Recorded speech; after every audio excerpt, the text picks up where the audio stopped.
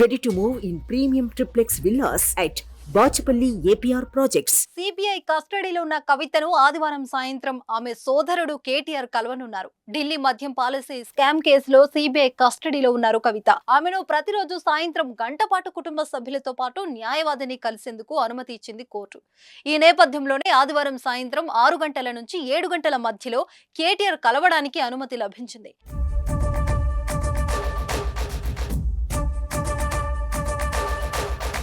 కుటుంబ సభ్యుల్లో భర్త అనిల్, సోదరుడు కేటీఆర్ తో పాటు పిఏ శరత్, న్యాయవాది మోహిత్ కు మాత్రమే కలిసేందుకు అనుమతి ఇచ్చింది కోర్టు.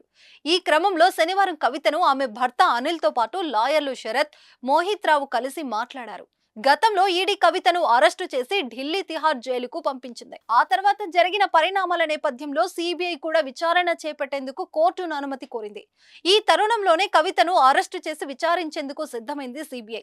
జైల్లో ఉన్న కవితకు ఇంటి భోజనం, జపమాల, పుస్తకాలు, బెడ్లను కోర్టు అనుమతించిన విషయం తెలిసిందే. కవితను బెయిల్పై బయటికి తీసుకొచ్చేందుకు కేటీఆర్ విశ్వ ప్రయత్నాలు చేస్తున్నారు.